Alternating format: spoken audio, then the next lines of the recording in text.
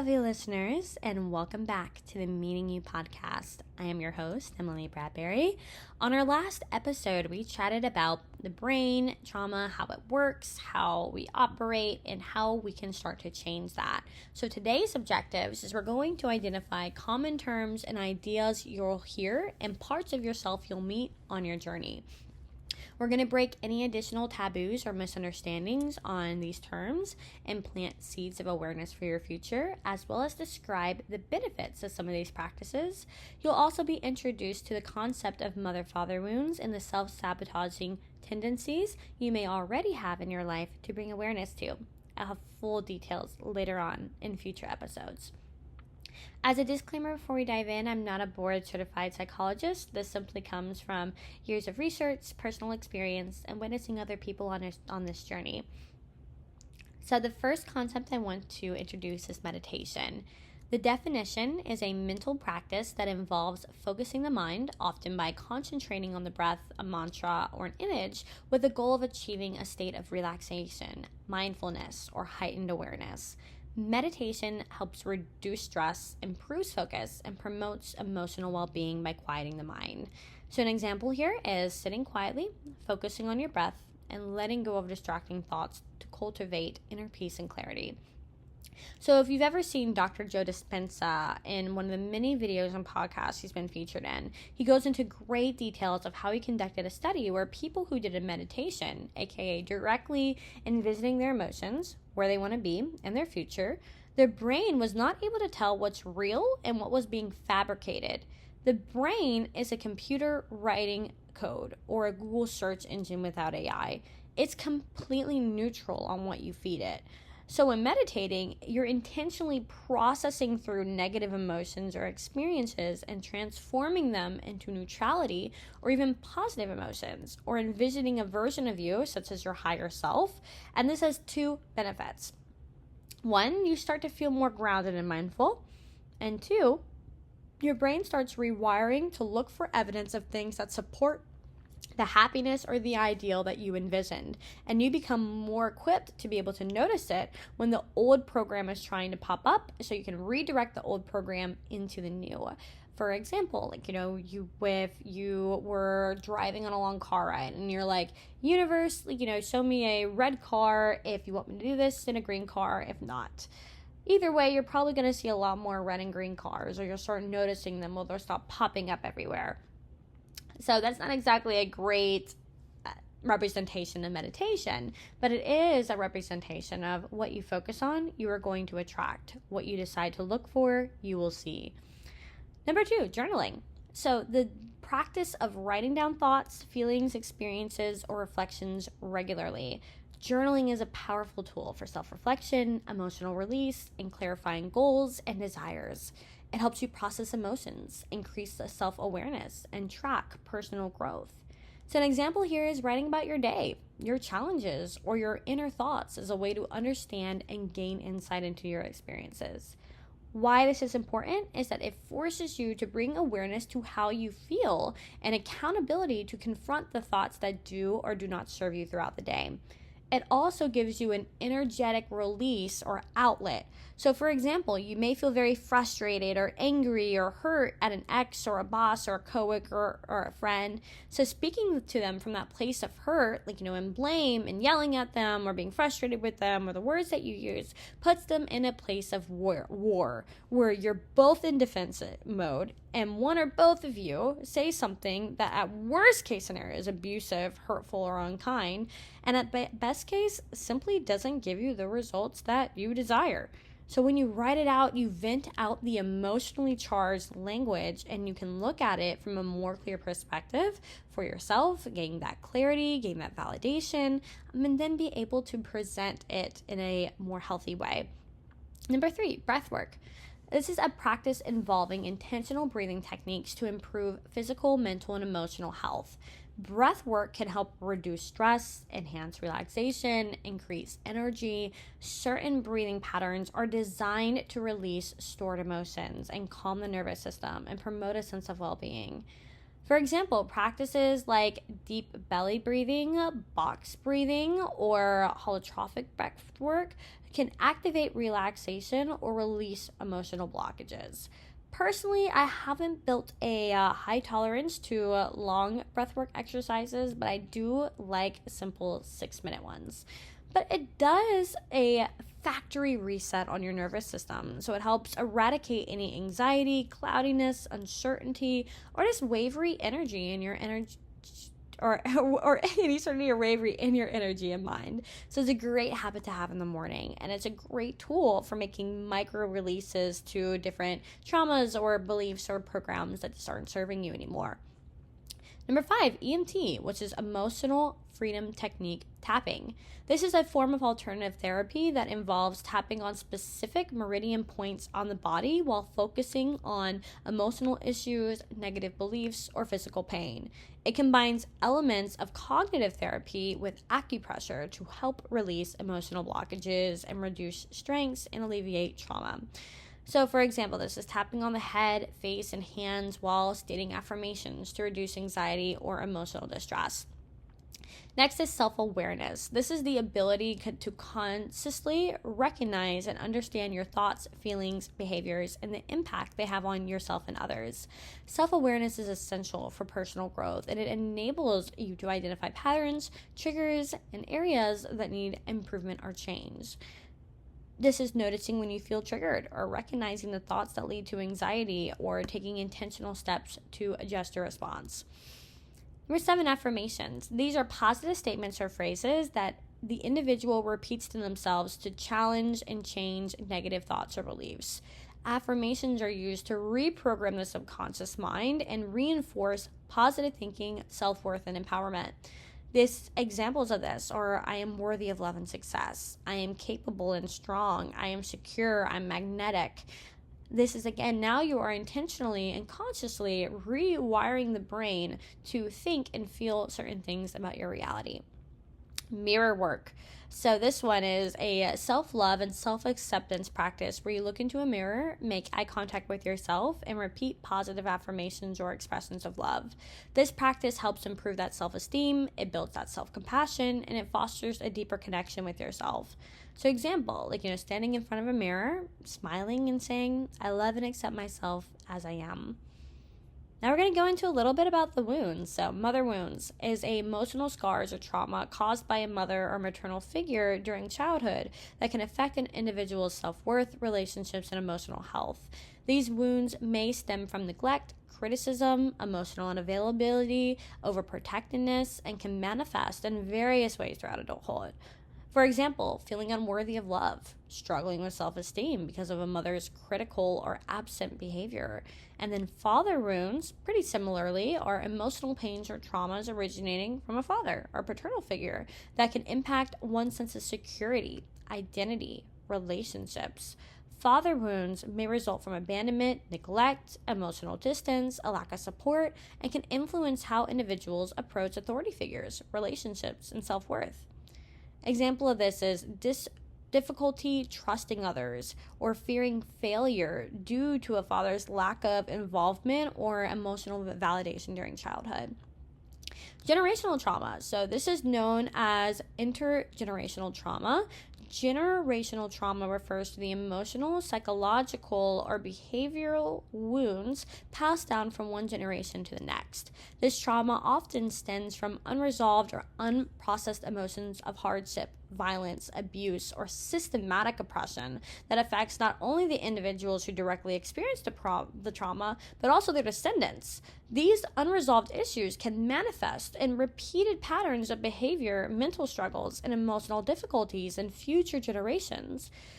Examples is that if a parent experiences abuse or severe neglect in their childhood and never processed that trauma, their unresolved emotional pain can now influence how they raise their own children, leading to similar issues and patterns of dysfunction, fear, distress. The children may grow up with the emotional scars of their parents' unresolved trauma, even if they didn't directly experience the same events. So how it works is that generational trauma can be transmitted in several different ways through behavioral patterns, unconscious actions, and responses passed down, such as avoiding emotional expression, overprotectiveness, unhealthy coping mechanisms, cultural and societal trauma, so trauma related to a cultural or societal events like racism, war, displacement that affect entire communities or families across generations, and epigenetics. So this one is incredibly interesting. Emerging research suggests that trauma may even affect genetic expression, potentially influencing the stress responses of future generations. Meaning that, again, if a mother, but whether while pregnant or even before she was pregnant, experiences a lot of trauma or stress, it can change her genetics and thus the genetics of her children too, and the way that her DNA is formed and the way that her body operates, and thus the way that her children operate as well. Let's move on to our next term, though, ego. This is the part of your psyche that is responsible for your sense of identity, self-esteem, and the way you perceive the world. The ego is often driven by desires for validation, control, power, and external recognition. While the ego can help you navigate the world, when overactive or unchecked, it can lead to feelings of superiority, insecurity, defensiveness, or conflict. For example, an individual who reacts defensively when criticized, feels superior to others, or constantly seeks praise or attention to reinforce their sense of self-worth is operating from a place of ego. Phrases like, I deserve more, I'm better than others, are common signs of ego-driven thinking, and it can typically be associated with, look at me energy. To be clear, the ego in itself is not inherently a bad thing. Ego is also the part of us that says, hey, I kind of like myself enough not to jump in front of a bus. It keeps us alive. Sometimes experiences in life inflate or misconstruct the ego, so it's being used in a way that is destructive rather than productive. This can even feed into victim mentality of, why does this always happen to me? All the men want to abuse me, or all the women, nobody likes me. That's your ego being very, very overreactive. And there are ways, again, to remedy that in personal growth. Let's talk about the inner critic, the voice within your mind that can constantly criticize, judge, or belittle you. The inner critic often reinforces negative beliefs about your abilities, your worth, your appearance, and can be a significant barrier to self-acceptance, growth, and emotional well-being. It tends to be harsh, overly critical, based on unrealistic or distorted standards, sometimes rooted in past trauma or societal conditioning. Examples are thoughts like, you're not good enough, you'll never succeed, no one cares about you. It might be even comparisons of other people, why does she have such a great relationship and I don't? This person who's the same age has accomplished all these different things. These are all manifestations of the inner critic. This voice can make you feel inadequate, it can make you fearful of failure, it can make you feel discouraged, even when things are going really well. Next is shadow work. This is another one that I love. Shadow work is the process of exploring and integrating the unconscious or repressed aspects of the self, often referred to as the shadow. These aspects may include negative traits, emotions, or past traumas that you have rejected or ignored. Shadow work helps bring these hidden parts of the psyche into awareness, allowing for healing, personal growth, and greater self-acceptance. For example, an individual might engage in shadow work by journaling about their fears of failure or confronting anger they feel but have been suppressing. This practice helps them understand and accept parts of themselves that they've been avoiding, leading to emotional freedom and wholeness. Next is the inner child. The inner child refers to the part of you that holds onto memories, feelings, and experiences of your childhood. It embodies your innocent, playful, vulnerable, and emotional self. Healing the inner child involves recognizing and nurturing this part of yourself, especially childhood experiences that left emotional wounds or unmet needs that continue to affect you as an adult. For example, if you were criticized frequently as a child, your inner child might still carry feelings of inadequacy or low self-worth. Inner child healing might involve comforting the younger version of yourself, offering them love and addressing emotional pain from the past through therapy, meditation, or just some self-compassion practices. So again, I want to make it clear here that everybody has an inner child, whether you are 18, whether you are 46, whether you are 80, or the inner child always lives within you. And we, especially in this day and age, don't really have initiation processes of when a person becomes a woman other than the quinceañera, or maybe in Jewish practices, where a man, or a boy becomes a man. But, again, regardless of this, we do have an inner child within us that does get to be nurtured, gets to be met and taken care of. Now, I want to dive into the 7 saboteurs. These are ways we consciously or unconsciously sabotage ourselves and thus prevent ourselves from receiving what we want and desire. I'll also provide some personal examples from my life. So, number 1, the judge. This constantly criticizes and finds fault in yourself, others, and the world. Typically, the way that we judge others is the way that we judge ourselves without even realizing it. And typically, judgment and jealousy can reveal where we've been judged or what we really want to achieve. For example, making fun of celebrities can indicate a desire we actually want their success and fame. A more common example, perhaps, gossiping or hating on a girl or guy in class who seems to have it all. Popularity, people attracted to them, trying to find faults or attribute their success to luck, like it's because their family is wealthy or it's because they're attractive. Number 2, the controller. This one seeks to micromanage and control situations to avoid uncertainty. How this turned up for me in the past is I would be in relationships and I would start to feel my anxiety about my partner. Maybe I thought, whether it was real or not, and whether I was perceiving it correctly, that they were starting to pull away. So I would force conversations with my partner where I would try to force an outcome. Usually I was operating on a subconscious level with this, which was typically leading to a breakup. This was how I stayed in control of the uncertainty instead of communicating it in a healthy way, which was learned through personal development. Next is the victim. Emphasizes feelings of helplessness and self-pity, often avoiding responsibility. This can be contributing your current reality to how you were raised, your ethnicity, your income, any other circumstances. While that had validity and truth to it, personal growth is about taking radical responsibility of yourself and making the life you desire and that you deserve. The perfectionist. So this one is someone who obsesses over high standards and demands perfection, which leads to stress and procrastination. This can have good traits. It becomes self-sabotaging when, if it's not perfect, you don't try or think your accomplishments are good enough. Perfection doesn't exist. It is impossible. So it's really, being a perfectionist is just an easy way to torture or freeze yourself unnecessarily. Next is the pleaser.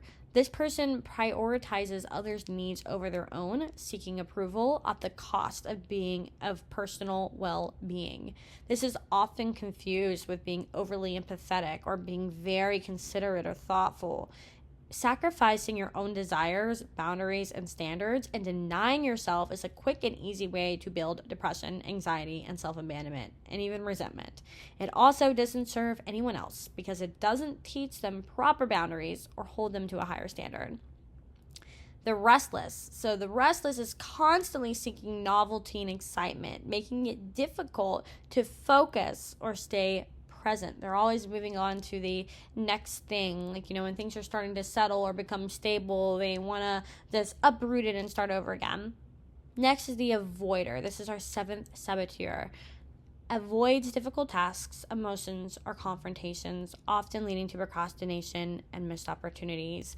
The avoidant in relationships is somebody that when their partner comes to them with some vulnerability or criticism, or even when things just start to feel really great, they just shut down and sometimes even abandon the relationship. Now, I hope you notice how all of this ties together. The first step in starting your personal growth journey is meeting all of you. How? Number 1, bring awareness to the ways you're operating now. This can be through watching and writing down the thoughts that go through your head, how you feel at work or in different relationships in your life, the saboteurs, etc. Self-awareness is the most fundamental step in going into observation mode. And from there, you can start really digging in and rewiring. Number 2, getting clear on the higher self and who you want to be. Continuing every day to ask yourself those questions and really being real with yourself and transparent and having that radical responsibility and accountability and saying, am I acting like the person that I want to be in the world? And continuing to invest in yourself, healing and rewiring the thought patterns that don't align with that version of you. Well, I hope you guys enjoyed this episode. I know the past couple of this episode and the last one were very intellectually driven with lots of terms and concepts, and I'm really excited for our next episode where we start to dive more into the energetics of really your personal growth journey and how we get to dive more into the emotions and feelings and how to identify energy in yourself. I hope you guys got at least one nugget from today that you can carry onward. Thank you so much for joining, and I'll see you in the next episode.